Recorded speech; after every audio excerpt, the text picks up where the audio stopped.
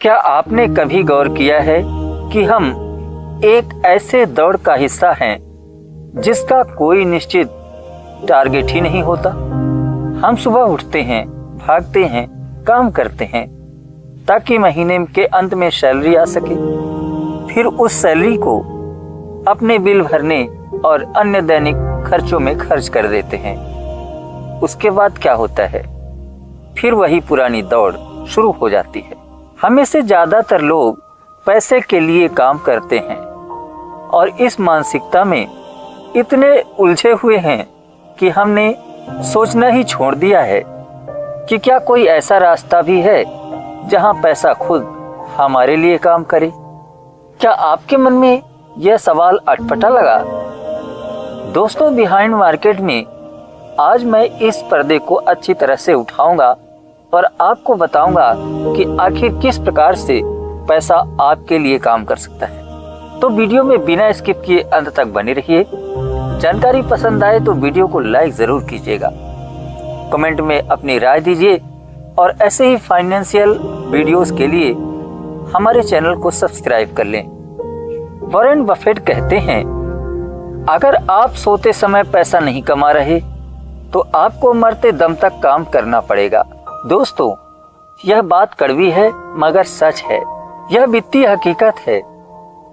आज का वीडियो उन लोगों के लिए बिल्कुल नहीं है जो रातों रात अमीर होने का शॉर्टकट ढूंढ रहे हैं। आज की बातचीत फाइनेंशियल इंटेलिजेंट लोगों के बारे में है। आप देखेंगे कि कैसे दो लोग जिनकी कमाई बराबर है 10 साल बाद एक दूसरे से कोसों दूर होते गए। फर्क किसका था? क्या उनकी किस्मत का? फर्क केवल उनकी इन्वेस्टमेंट प्लानिंग का था, माइंडसेट का था जो मार्केट के पीछे काम करता है।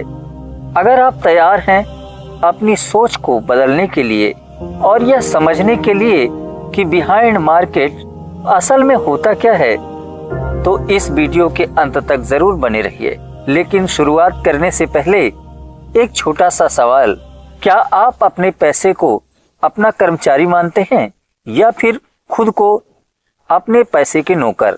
चलिए इसी सवाल के जवाब से आज की बात शुरू करते हैं।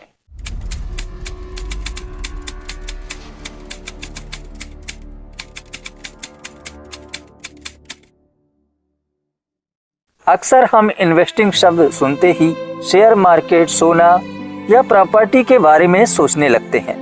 लेकिन बिहाइंड मार्केट का पहला नियम यह है कि निवेश करने से पहले यह समझना जरूरी है कि आपके पास जो पैसा आ रहा है उसका स्रोत क्या है, कहां से आ रहा है, उसका डिजिग्नेशन क्या है।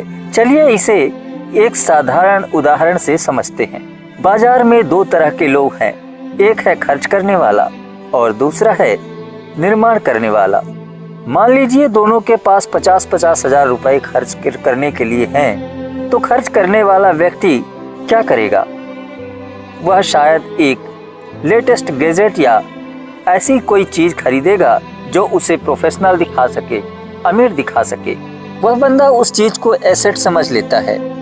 आखिर जेब से पैसा जो लगाया है उसके लिए पैसे दिए हैं उसने। एक असली एसेट वह नहीं होता जो आपकी जेब से पैसे ले जाकर खर्च कर दे।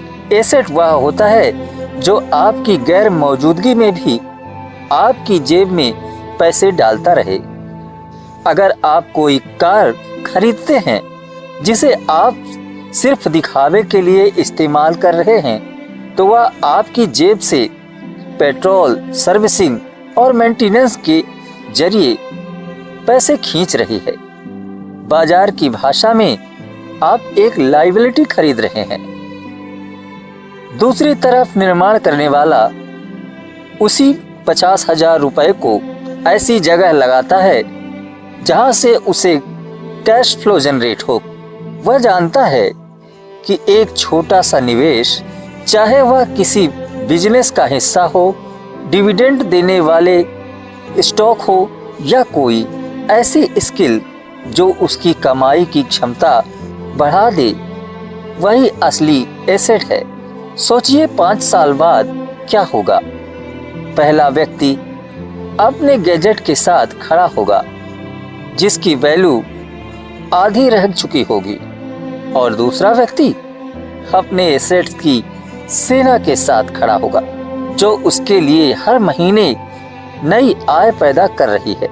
यही वह पर्दे के पीछे का खेल है जिसे 90% लोग नहीं देख पाते।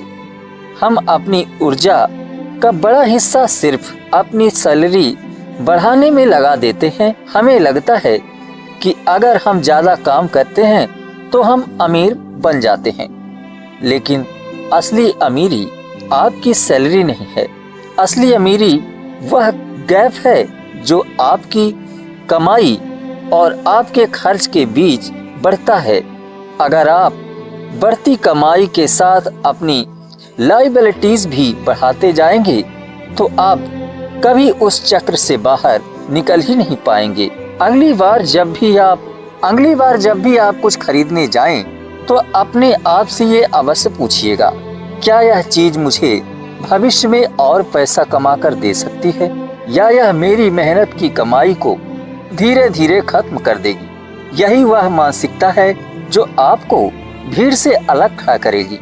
अब बात करते हैं उस एक शब्द की जिसे सुनकर ज्यादातर लोग इसे बोरिंग मान लेते हैं, कंपाउंडिंग। लेकिन सच यह है कि कंपाउंडिंग बोरिंग शब्द नहीं है। कंपाउंडिंग एक स्लो मोशन ब्लास्ट करना है। कंपाउंडिंग को परिणाम नहीं, प्रक्रिया की तरह देखें। इसे ऐसे समझिए, पहले साल आपको कुछ नहीं दिखेगा, दूसरे साल भी शायद वही स्थिति रहे। आपको लगेगा कि आपका निवेश कहीं खो गया है। कंपाउंडिंग का जादू तब नहीं होता जब आप शुरुआत करते हैं, इसका जादू तब होता है जब आप रुकने का मन बना ले चुके होते हैं। हम अक्सर सोचते हैं कि हम बहुत लेट हो गए, हमारे पास निवेश के लिए बहुत कम पैसा है। यह एक भ्रम है। कंपाउंडिंग रकम की मोहताज नहीं है, कंपाउंडिंग निरंतरता की मेहमान है। सोचिए, अगर आप आज 500 भी ऐसी जगह निवेश करते हैं जो कंपाउंडिंग हो रही हो, तो 20 साल बाद 500 नहीं रहेगा। वह एक ऐसी पूंजी होगी जो शायद आपकी मेहनत की कमाई से कई गुना बड़ी हो। बाजार में टिके रहना ही सबसे बड़ा निवेश है। ज्यादातर लोग इसे समझ ही नहीं पाते, और यदि समझते हैं तो समझ लेते हैं, विश्वास नहीं करते क्योंकि उन्हें इंस्टेंट रिजल्ट चाहिए।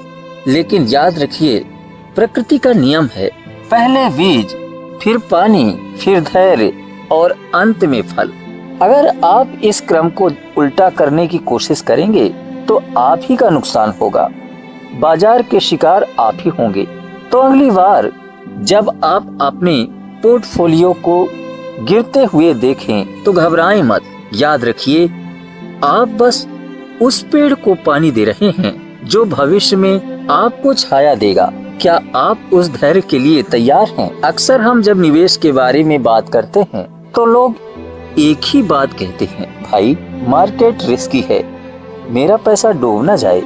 लेकिन बिहाइंड मार्केट का एक कड़वा सच यह भी है कि बाजार का उतार चढ़ाव, वोलेटिलिटी जोखिम नहीं है, असली जोखिम है बिना समझे किया गया निवेश। सोचिए, एक इंसान किसी कंपनी के शेयर में इन्वेस्ट करता है क्योंकि उसके पड़ोसी ने कहा कि यह बढ़ेगा।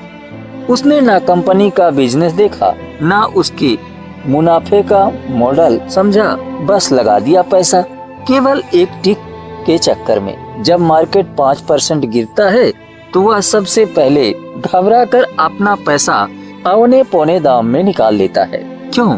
क्योंकि उसे डर है, और यह डर इसलिए नहीं है कि मार्केट गिर रहा है, बल्कि इसलिए उसका डर है क्योंकि उसे पता ही नहीं कि उसके पैसे के साथ क्या हो रहा है। ज्ञान और डर के बीच एक सीधा संबंध है। जिस चीज के बारे में आप जानते हैं वह आपको डराती नहीं है, जिस चीज से आप अनजान हैं वह हमेशा आपको डराएगी। बफेट का एक बहुत ही प्रसिद्ध सिद्धांत है, कभी भी उस चीज में निवेश न करो जिसे आप समझते ही नहीं। यह कोई किताबी ज्ञान नहीं है, यह सुरक्षा कवच है जो निवेशक अपना होमवर्क खुद करते हैं। वे बाजार की गिरावट में पैनिक नहीं करते, क्योंकि वे जानते हैं कि यह एक डिस्काउंट है। वे गिरते हुए मार्केट में अपने एसेट्स को और मजबूती से जोड़ते जाते हैं। यही अंतर है गैम्बलर और एक इन्वेस्टर के बीच। एक जुआरी किस्मत के भरोसे रहता है और डर में जीता है, जबकि एक इन्वेस्टर अपनी समझ के भरोसे सुकून से रहता है और अवसर का इंतजार करता रहता है। आज के दौर में जानकारी की कमी नहीं है। हर दूसरा व्यक्ति आपको अगला बड़ा शेयर बता रहा है, लेकिन एक समझदार निवेशक वह है जो शोर में से काम की बात पहचानता है और बाकी को इग्नोर कर देता है। आपको हर मौके पर दौड़कर दांव लगाने की बिल्कुल जरूरत नहीं है। निवेश करने की कला में न कहना सबसे शक्तिशाली मौका है। याद रखिए, मार्केट में पैसा कमाना बहुत आसान है, लेकिन उसे बचाकर उसे बढ़ाने के लिए आपके पास अपनी समझ का होना अनिवार्य है। अगर आप अपने फैसले दूसरों के भरोसे करेंगे, दूसरों की राय पर करेंगे, तो परिणाम भी दूसरों के ही होंगे। क्या आप अपनी खुद की रिसर्च पर भरोसा करते हैं? आज सोशल मीडिया के युग में अमीर दिखने और अमीर होने के बीच की रेखा पूरी तरह धुंधली हो चुकी है। लोग अक्सर अपनी आय का एक बड़ा हिस्सा ऐसी चीजों पर खर्च करते हैं जो उनकी असली नेटवर्थ को नहीं बल्कि उनके ईगो को बढ़ाती है। एक महंगी कार, एक ब्रांडेड घड़ी, ये अंदर से हमारे फाइनेंशियल सिस्टम को पूरी तरह खोखला कर देती है। ज्यादातर लोग सैलरी बढ़ते ही अपने खर्चे और अपनी लाइफ स्टाइल को बढ़ा लेते हैं। इसे लाइफ इन्फ्लेशन कहते हैं और यह वही अदृश्य दीवार है जो आपको कभी आर्थिक आजादी की अगली मंजिल तक नहीं पहुंचने देते। सोचिए, अगर आप अपनी बढ़ती हुई आय का केवल 30% उन उद्देश्यों में निवेश कर देंगे जो आपके लिए पैसा कमा रहे हैं, तो 10 साल बाद आप उस व्यक्ति से कई गुना अमीर होंगे जो अपनी आय दिखावे में उड़ा रहा है। असली अमीर वह नहीं है जिसके पास सबसे महंगी ब्रांडेड घड़ी है। असली अमीर वह है जिसके पास सबसे ज्यादा विकल्प यानी ऑप्शंस हैं। जब आपके पास एसेट्स की एक सेना तैयार हो जाती है, तो आप सुबह उठकर इसलिए काम पर नहीं जाते क्योंकि आपको बिल भरने के पैसे चाहिए, क्योंकि आप कुछ बड़ा बनना चाहते हैं। यही असली आर्थिक स्वतंत्रता है। लेकिन इस आजादी को खरीदने के लिए आपको आज थोड़ा त्याग करना होगा। आपको आज के उन छोटे छोटे विलासितापूर्ण सुखों को टालना होगा जो आपको कल की बड़ी खुशी से रोक रहे।